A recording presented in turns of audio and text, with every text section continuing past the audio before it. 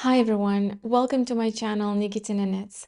My name is Evgeniya and this is a part number 4 of my Japanese and Korean knitting patterns series. This video is a little bit different. There are going to be only Korean patterns available in English and on Ravelry, and they're going to be the new ones, the ones that were released in January of 2025. They're not random patterns that I just picked from the internet, but they're my favorite ones, the ones that I would just cast on immediately if I would have the entire time in the world. As I usually do in my pattern roundups, I'll be speaking a lot about yarns. I think yarn plays a huge role of the success of the whole garment and its durability, wearability, etc.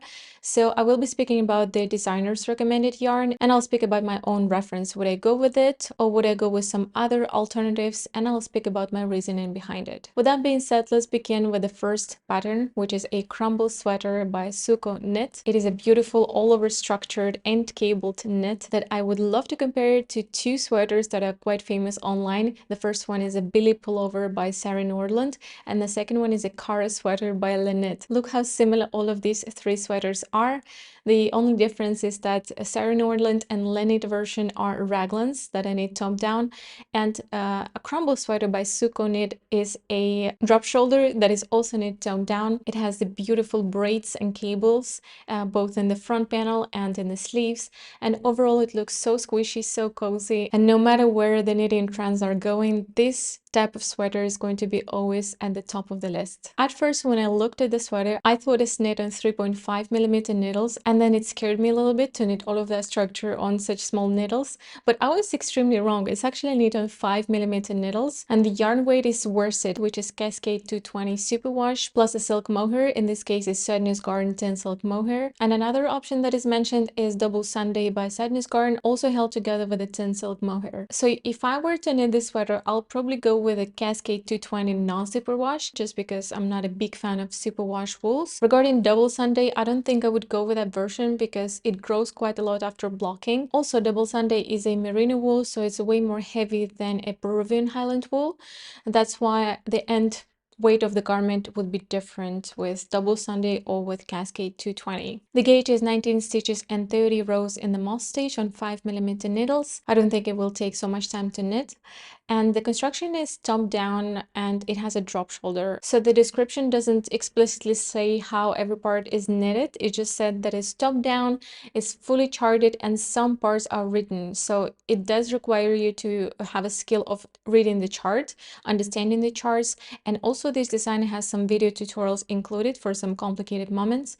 So if you were to knit this pattern, I do suggest that you already know how to read the charts and you're not afraid of them. And my personal assumption of how the sweater is knit is that you start at the back panel, you knit first the back yoke, then you pick up stitches at the right and the left shoulder, you knit them separately until you meet at the neckline, then you knit down to the armholes. After that, you connect everything in the round together with the back yoke, knitting all the way down, then picking up stitches at the sleeves and knitting sleeves top down. That's my imagination because I'm a fan of Korean and Japanese patterns, and most of them, a lot of them are knit this way. Overall, this sweater is so beautiful, cozy, warm, and if I had this in my wardrobe, I'm sure I would wear this almost every single day. The next one is extremely cute. It's Vest the Delight by Manmi Choi. When she just started designing this item, I was like, please release this in English. I was begging the universe, and she did. And now I don't know how to not knit this item. Look at this vest. It has very beautiful, intricate cabling with very cute pockets, but it is all formed in this very lightweight, feminine, delightful, feather-like vest. I don't know how could she combine very interesting, intricate cabling into such a very lightweight look. It is a pure talent of designing things. For example, I could never do that. Every time I see this vest, I'm thinking, how nice could it be to wear it with a beautiful, crisp, minimalistic blouse or some t-shirt, then to put some woolen skirt or woolen trousers, even some nice vintage boots and bag, and it would be such a cute vintage style look. I'm in love with this. The vest is knit on 5mm needles with an Aran weight yarn.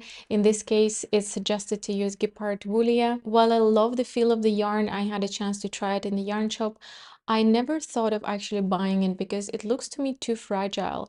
I think this yarn is perfect for projects that are very close to skin, close to my neck, because I'm a very sensitive person, but with the understanding that the item is not going to last a lot of years because it is very, very soft, very squishy yarn that is going to lose volume and, density with time.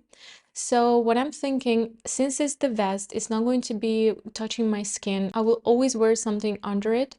And in this case, I would love to try something more rustic that has been on my mind. The yarn that comes to my mind and it's on my list to try is Croft Aran Weight by West Yorkshire Spinners. It is a Shetland wool, but they say that it's a soft Shetland wool. I don't think Shetland wool could be ever soft towards the skin in my opinion, but it is a beautiful option if you want a durable, long-lasting item that is going to be extremely warm and quite lightweight as well. Shetland wool, it looks very matte, it blends in with cabling and color work together really well. I've never tried Shetland wool and I'm really looking forward to, use this yarn for this specific project. Also, the vest has some pockets, and if you're going to use these pockets, sometimes put, keys or some cards or very little wallet, anything, it is going to stretch with time a little bit the pockets, and I think Gepard Woolia is not going to sustain the load quite well. So yeah, I'm definitely looking forward to some more durable yarn for this project. This vest actually has quite a lot of sizes. It goes all the way up to 4XL and it has very small ones. So I'm usually struggling with finding the smallest version for myself. And I know that there's some people struggling to find bigger sizes. So it is not so common for Korean designers to create a lot of sizes, and it's a pity, of course. But I just wanted to point out that this vest has quite a lot of sizes, which is really big plus for the designer. So the vest is knit top down flat. You start at the back panel, you knit flat all the way down to the armholes at the back. Then you stop over there, you pick up stitches at the right side, you knit front while increasing for the v-neck all the way down to the underarm, and then you do the same on the left side. While you're done with the front panels, you're connecting them with the back panel, you knit the vest down flat to desired length. Then you pick up stitches for the underarms, you knit the ribbing, or I don't know exactly what is knit with, I think it's the ribbing. And when you're done, you're doing some very thin double knitting edges for the front lines. If you don't want the ties, you can do the buttons. I'm not sure if the pattern includes the instructions for the buttons, but if not, you can always find some tutorials on YouTube. There is a knitted version with the buttons in test group, or designer knitted that version, I don't know. Knowing myself how much I love classic minimalistic look, I think I would go with the buttons. I don't know, it's quite beautiful also with the ties, but yeah, I think I would go with the buttons still. And there's one version that is knitted without the ties and without the buttons, I think. It looks also very beautiful. The next one is Chunky Mood Sweater by BlueSquirrel Yoom. A lot of patterns from this designer are in my waiting line to cast on. For one of them, I even have the yarn for in my stash. Anyways, this is the new design that she released. Is a sweater that looks like a half fisherman's rib sweater. She doesn't specify what stitch exactly is used in the pattern, but this is what I can tell from just looking at it. It looks very basic, very cozy. I really love how she wears it with a dark blue t-shirt. I would love that. Overall, I think she has a very beautiful sense of style. I love each design and how she presents it and the pictures. I love both brioche and half fisherman's rib. I think nothing can replace that squishy, airy feeling that this fabric is creating. So this is a traditional drop shoulder sweater that is a little bit oversized. I don't know how much positive ease does the pattern recommend. The designer doesn't say exactly how much ease to pick up, but just by looking at the picture, I think there is around 20 centimeters of positive ease. If I were to knit that, I would go with 15 centimeters of positive ease. I find it perfect for me. 20 is a little bit already too much, but again, maybe with a t-shirt underneath, it makes sense to have even 20 centimeters of positive ease. So it's knit with worsted weight yarn, and the stitch gauge is 20 stitches per 10 centimeters and 14 rows. I guess in half fisherman's rib. It doesn't specify exactly. The description of the pattern is quite short, but it's clear. So while I wouldn't recommend this pattern for beginners just because the description is quite minimalistic, you could say, I still think it should be a clear pattern. However, I can't tell for sure because I've never knitted from this designer. So the yarn name is not specified as well. It just says that is merino wool, and the meterage. The meterage is 125 meters per 50 grams. And if I were to knit the sweater, in this case, I would go with Gepard Woolia, the yarn that we spoke before in the vest pattern. Specifically in this sweater, I think it would look beautiful. It's squishy, it's very lightweight yarn, and I just imagine it in half fisherman's rib. I think it would look gorgeous. And of course, it will be extremely soft towards the skin.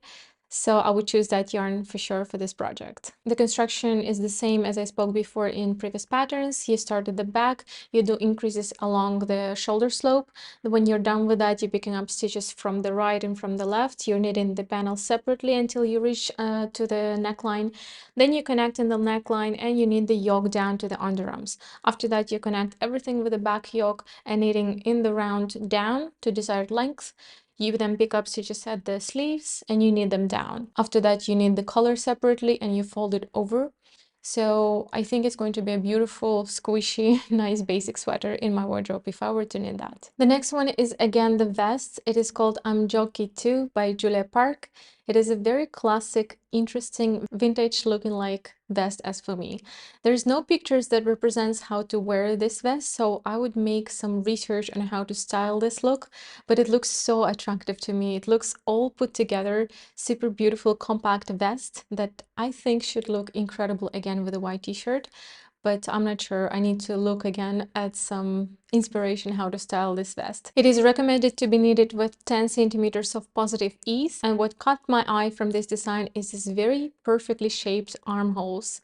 They look so cute, and I feel it not super tight to the body but closer to the body, and it makes me feel so compact and cute. I don't know, all of these feelings are so interesting about this vest. I would definitely have to knit it one day. I specifically love it in this very melange dark gray color. And if you take a closer look to the vest, you will realize how well thought this design is. The ribbing is made with a twisted stitch, and all of this cabling looks so beautifully put together. Each cable is quite interesting, and the rhombs are flowing into each other through this very beautiful chain cable. I love everything about it, and look at these cute little buttons that she put, almost invisible, but such a beautiful detail of the vest. I'm not sure with which buttons I would go if I would choose this pattern, but at least for now, they really attract me, and everything attracts me about this pattern. So it's knit with sport plus lace. In this case, it's I'm Wool 2 by Nakyang Yarn. Nakyang yarn is something I have in my stash, but I have a thicker version of that. I have I'm Wool 4. It is extremely soft. I would recommend using that yarn. They have their base in Korea and in Germany. So in Germany, you have some parts of their yarn collections, not all of it. And in Korea, obviously, it's their hometown, and you have all of the versions of Nakyang yarn. At least today we can buy from German base, which is incredible. The designer is also using mohair from Nakyang yarn, and at least for today I have not seen the mohair in the German European basement. So you can use any other mohair, that's fine. And since this vest is quite fitted, I think there could be a chance that I might wear it on the skin. I don't know how it's going to look, I have to try, but still there's a chance. So I would probably prefer to use a soft yarn. In this case, it's merino, very soft yarn, and soft mohair. If to recommend the softest mohairs on the market, I would go with Pasquale mohair, one of my favorites. I would go with Link 21 or Lamana Premium, which is very soft mohairs. They're a bit expensive, but you have more meterage per 25 grams, so the price does make sense. So with that being said, let's speak about the construction. It is knit bottom up. You start at the ribbing, you knit all the way up to the armholes, and then you knit separately the front panels and the back panel. So when you're reaching up the front panels, you're doing some shoulder shaping, which is incredible. And she's saying you're doing some technique that avoids steps. You know, like these steps are usually created when you do some short rows to shape the shoulder slope. And she's saying that you avoid doing that using some specific technique. I'm not sure which one. I haven't tried it yet, but it is quite nice to know that the designer put a lot of attention to the detail and well thought the pattern. It is quite rare to see in such intricate, complex design, and that is the advantage of knitting bottom up, because you can easily make beautiful neck shaping and beautiful shoulder slope. A lot of people are afraid knitting bottom up, but I think as soon as you know the length of the armhole, you knit up to desired length, and then you just add the amount of the armhole depth, and then you can calculate if the size is good or not for you. Of course, I understand that it's better to knit top down because you can always try the garment, you can do middle project block and see how the yarn behaves and stuff. But at the same time, I was thinking you can do also the middle project block as you're doing bottom up and, you know, try it in a different way.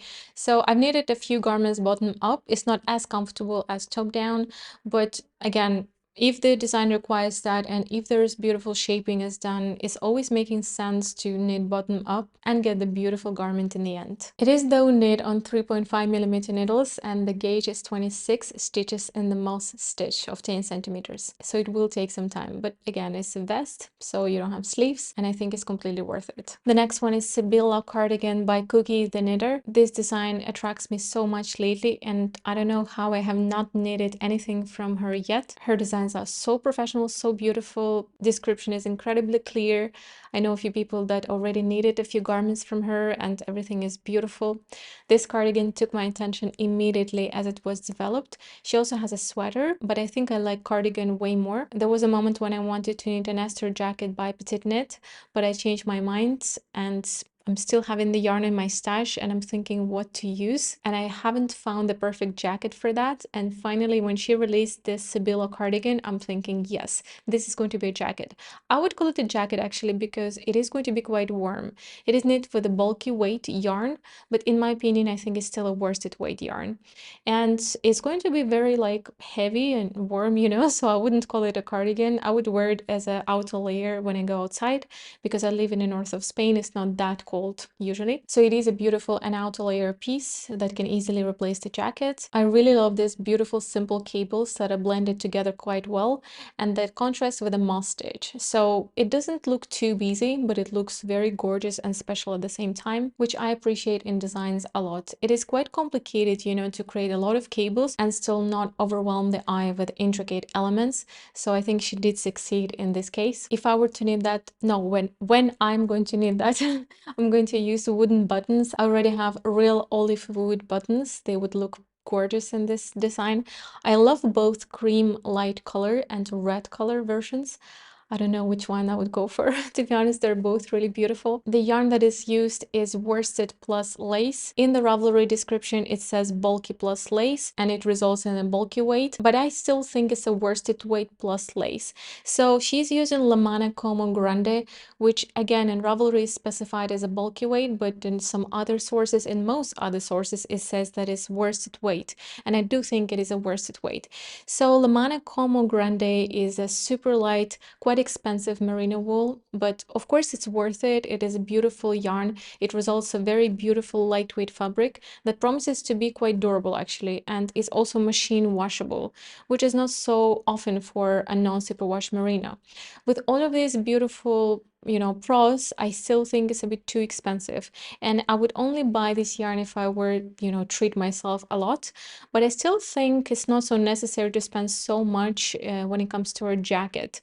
Maybe to a sweater, yes, because it's next to my skin, but in this case I could use the yarn that I already have in my stash, you know, for that Esther jacket that never became true. So I have Jensen from Isair 1 strand and 2 strands of Isair Highland wool, which is actually behind me.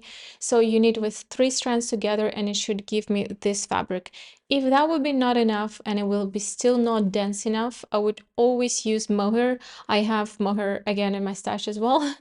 That needs to be used for the jacket because it's a bit too prickly, so that would be my choice. I think the dark blue color of this cardigan would also look beautiful, and if something happens and I go with that version, then I will have to buy the yarn, and then I would still probably not go with La Mano Como Grande because it's a bit too expensive. A very nice thing about this cardigan is that it should go by quite quick because the gauge is 14 stitches in the moss stitch. 14 stitches per 10 centimeters, I mean, and 22 rows.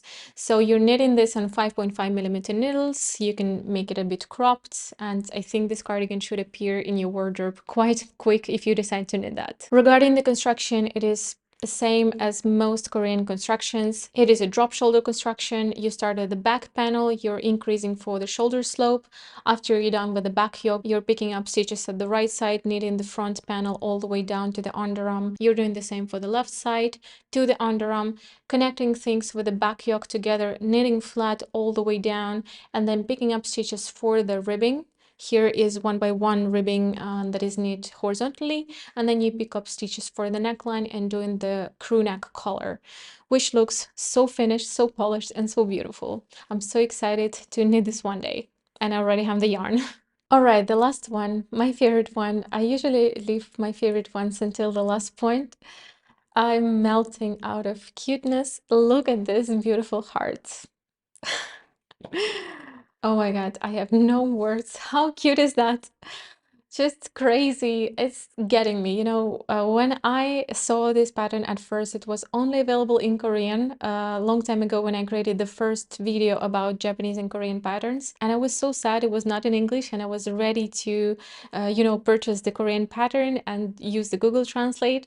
But in January of 2025, she released an English version, and it's so, so amazing. So the pattern is called Heart Drop Pullover from Mayo. So this is an incredibly beautiful sweater that has 3 hearts in the front panel right at the center. So what's really nice about the pattern is at first it looks quite lacy and maybe even complicated, but actually when you read the description, you realize it is knit top down in the raglan with normal increases as we're all used to.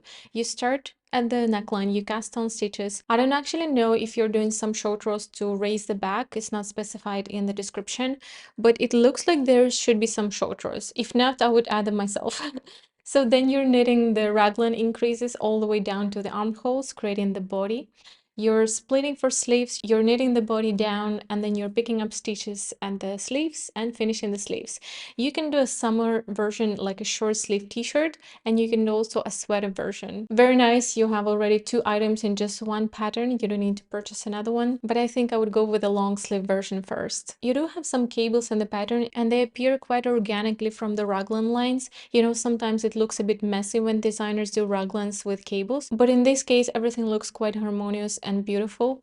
So I'm really amazed how this complicated design could be just a top-down raglan. The pattern is both written and charted, so you do need some skills to read the charts and maybe have some experience reading the charts.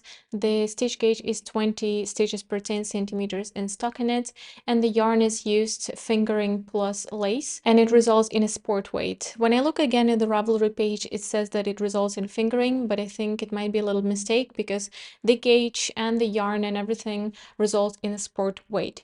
So she's using the Korean yarn. I don't have the access to that, so I would use something else. I've never tried Filcoline Pernilla, and it's on my list for so long. I've heard that it's very affordable and soft yarn to the skin, so I'm really excited to that. And I would add some very thin mohair to that because I think this design should have some Sur alpaca or mohair. By the way, if you're sensitive to mohair, I've got a whole another video on mohair substitutes on my channel. Check it out if you want. I'll leave the link in the description box.